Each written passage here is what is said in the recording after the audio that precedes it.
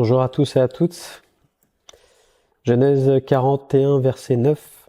Alors le chef des échansons prit la parole et dit à Pharaon, « Je vais rappeler aujourd'hui le souvenir de ma faute. Amen. »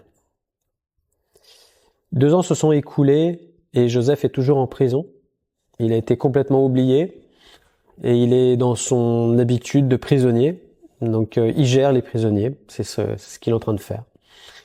Et puis à un moment donné, Pharaon va avoir un songe qu'il n'arrive pas à expliquer, qui lui torture le cerveau, et puis il cherche dans son palais quelqu'un qui pourra lui expliquer, personne n'y arrive. Et l'échanson qui va entendre ça va dire, écoute, en fait, il y a un homme, il y a 2 ans de ça, qui m'a expliqué le rêve, qui a montré que j'allais revenir à ton service, et je veux aujourd'hui me repentir parce que j'ai oublié cet homme-là.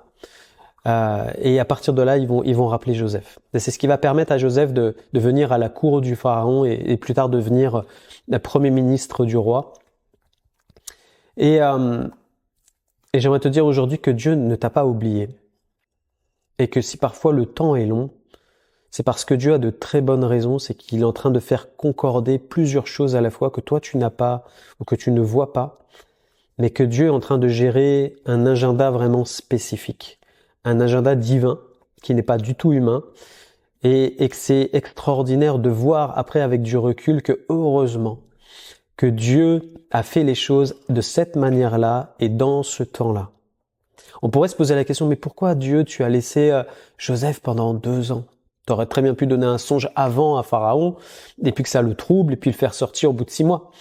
Pourquoi Dieu a attendu 2 ans? C'est parce qu'il est en train de faire concorder plusieurs agendas entre celui de Joseph et entre celui du peuple d'Israël qui va bientôt arriver en Égypte, et puis toute la famine qui va arriver sur le pays d'Égypte, et tout ça, Dieu est en train de les faire concorder à travers une situation que Pharaon va rencontrer, et puis Pharaon va pouvoir maintenant être un élément déclencheur qui va ramener Joseph à la cour du roi pour que Joseph puisse ramener maintenant tout le peuple d'Israël dans la prospérité. Et ça, on n'aurait pas pu le voir, nous, si on était à la place de Joseph. Joseph ne pouvait pas le voir.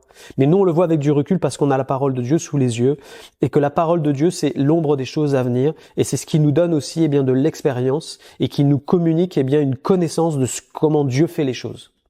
Et ça doit nous rassurer, ça doit te rassurer aujourd'hui de dire « Mais Dieu, tu t'es souvenu de Joseph au bon moment. » Et merci parce que c'est pas avant, c'est pas après, c'est pile au bon moment. Dieu dit dans sa parole, Ésaïe 49, verset 15. « Une femme oublie-t-elle l'enfant qu'elle allait? N'a-t-elle pas pitié du fruit de ses entrailles? Quand elle l'oublierait, moi, je ne t'oublierai point. Amen. » Dieu fait un serment avec son peuple, il fait un serment avec nous. Comme Jésus l'a dit, il a dit lui-même, « Je ne vous abandonnerai pas, je serai tous les jours avec vous jusqu'à la fin du monde. » Ce serment, il est toujours valable, il est 24 heures sur 24 applicable et Dieu le fait. Il n'a pas oublié Joseph. Joseph était dans la main de Dieu. Dieu prenait soin de lui même si c'était difficile. Dieu était avec lui, le renouvelait chaque jour, le consolait chaque jour, lui donnait la foi chaque jour, lui montrait que ses rêves étaient toujours d'actualité, même si aujourd'hui il ne pouvait pas les voir encore, mais que les choses étaient encore voilées, mais qu'un jour le voile allait s'ouvrir et qu'il allait découvrir que Dieu avait tout préparé pour qu'il puisse accéder là où il voulait qu'il accède. Quel chemin parcouru pour Joseph! Quand on regarde, au cours de toutes ces années, comment Dieu s'y est pris pour amener un adolescent avec 2 rêves, de l'amener de là où il est à être premier ministre d'Égypte, regardons bien le parcours. Personne ne peut imaginer un parcours pareil. Le parcours du monde t'aurait dit, il faut que tu fasses les grandes écoles, il faut que tu changes de pays, il faut que tu fasses ceci, il faut que tu fasses cela, il faut que tu prouves cela, il faut que tu fasses tel examen. Tout un parcours du monde pour atteindre les sommets. À l'inverse, le parcours avec Dieu, c'est un parcours où on a l'impression qu'il y a un dénivelé vers le bas. Il part de chez son papa et il arrive dans une prison intérieure où on l'oublie. Il est dans les ténèbres. Et au moment donné, il y a la lumière qui se fait et Dieu le sort de là et lui dit maintenant c'est le moment. Et il y aura ce temps-là dans ta vie, mon frère, ma sœur. Parce qu'il y a des saisons dans notre vie, il y a des étapes dans notre vie. Ne crains pas quand tu es dans une période d'attente ou que tu sens que tu es seul et que tu comprends pas ta situation. Dieu ne t'a pas oublié.